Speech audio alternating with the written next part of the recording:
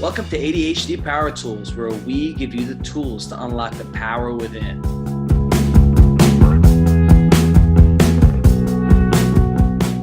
Hello, Brooke. Today, I want to talk to you about sleep. Sleep is so important. We all know that, and it is. We all want an optimal sleep.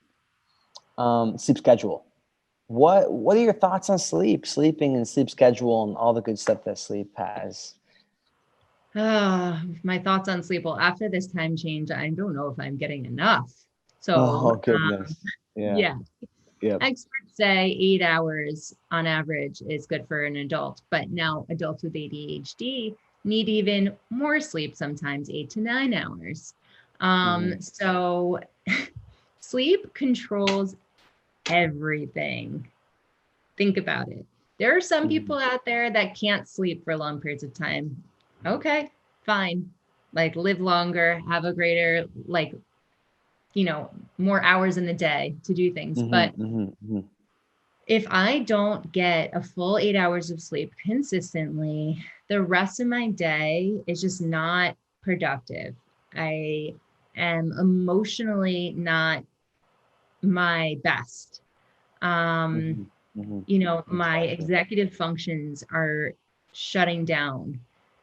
So sleep is so important. And I was just telling my fiance this morning, like, we need to get blackout shades in our bedroom because with this new time change, the light is just glaring into our Oh room at yeah. 6 a.m. Oh yeah. So, yeah, you need to live and sleep like you're in a bat cave where it's just pitch Exactly. black. There's not lights. The electronics are shut off. There's Mm-hmm. no, like, none of those flashy lights. Um, Mm-hmm. a cool setting. Those are your optimal sleep um, resources, I guess. Exactly. And Exactly. yeah. And then when I'm well rested after a good night's sleep, everything is just amazing. It is. Some people say to me, oh, okay, well, I had 8 hours of sleep last night. Why am I feeling a certain way? Why am I tired? This and that. It's not just about getting to bed and then waking up at a certain time and it being a span of 8 hours, but are you actually getting reliable sleep, right? Mm-hmm. Mm-hmm. That's So, what it's all about. It's the reliable sleep. right. And You I know know. on yeah, I know Continue. on the Apple Watch you can actually track that as well. Mm-hmm. Yeah. On Apple Watch, you can track. I mean, even on your phone as well. But you got to log in and out and all that stuff on your iPhone. But getting the reliable sleep, like you said, the other day I went to when I was shopping for pillows because I realized my pillow wasn't working out for me, and it's really key to have a really good pillow and a really good mattress Yes. because you need to have a comfortable sleep. Don't You go know, cheap on that. That is not one no, area to go cheap on. exactly, exactly. It's better to sleep on something comfortable for less hours rather than something uncomfortable for more hours. That's how I see it. And like you said, 8 hours, 7 to 8 hours is really good. And the light with the new time change, I you know Blinded. I think light is something really key you can use to stay on top of your circadian rhythm. Circadian rhythm, you know what that is, right? It's a Mhm. 24-hour cycle of how your body, metabolism and regulates temperature and energy and everything. And I think it's very important to have a consistent sleep schedule. Try to sleep at the same time every day and wake up at the same time every day. Set alarms if you're not able to wake up at the same time every day as well. And to wake up not feeling groggy, which is one of the most annoying things I have, of course, is having reliable sleep, a comfortable setting, and getting those 7, 8 hours of sleep. But I just don't like eating before sleeping. For me, Mm. eating before sleeping is a big no-no. I wake up so groggy. I feel like I either slept too much, that feeling, or slept barely. Or So you have nightmares from eating a big meal uh, before you go to sleep. exactly, exactly. Get those nightmares from the big meals chasing after you.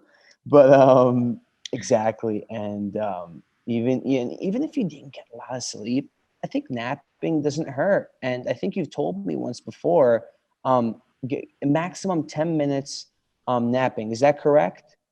Yeah, you don't want to go too long on your napping because then you get into that REM cycle again, and you can get very groggy. So it's not Mm-hmm, mm-hmm. really making up for lost sleep, but a quick 10-minute power nap can give you that boost of energy that you might need to get you through the remaining hours of the day or the remaining hours that you need to stay focused. Yeah, exactly.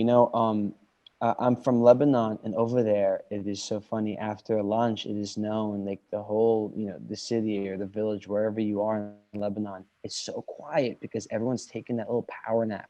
My parents love their power naps, and I've always been raised around power naps.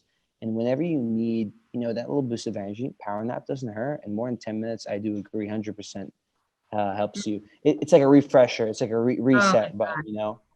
Yeah, like the siestas. And when we were in nursery school and kindergarten, when we had our naps, oh my God, my favorite Oh, activity was nap time.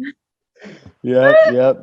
Napping on the way to wherever in the car, all the good stuff. Yeah, Yeah. exactly. If Reliable you, sleep. if you have any issues with getting to bed to have your reliable sleep, you can go back to my ebook that I mentioned on Coaching with Brooke, and it talks about strategies to get you to bed because sometimes it's hard for people to fall asleep. And then Hmm. strategies once you're up Hmm. to go back to sleep. Just one quick thing is if you're up, let's say 2 o'clock in the morning, 3 o'clock in the morning, and you're having trouble falling right back asleep, whatever, like scrolling on social media, reading, whatever, do it outside of your room. Let your room be your sleeping cave. So Hmm. associate your bed with sleep. If you Hmm. wake up and you can't fall back asleep, do whatever you need to do outside of your room and then come back and be ready to sleep. Just a fun fact. Exactly. I like that 100%. And you said in the ebook you have more strategies. What was the ebook called again?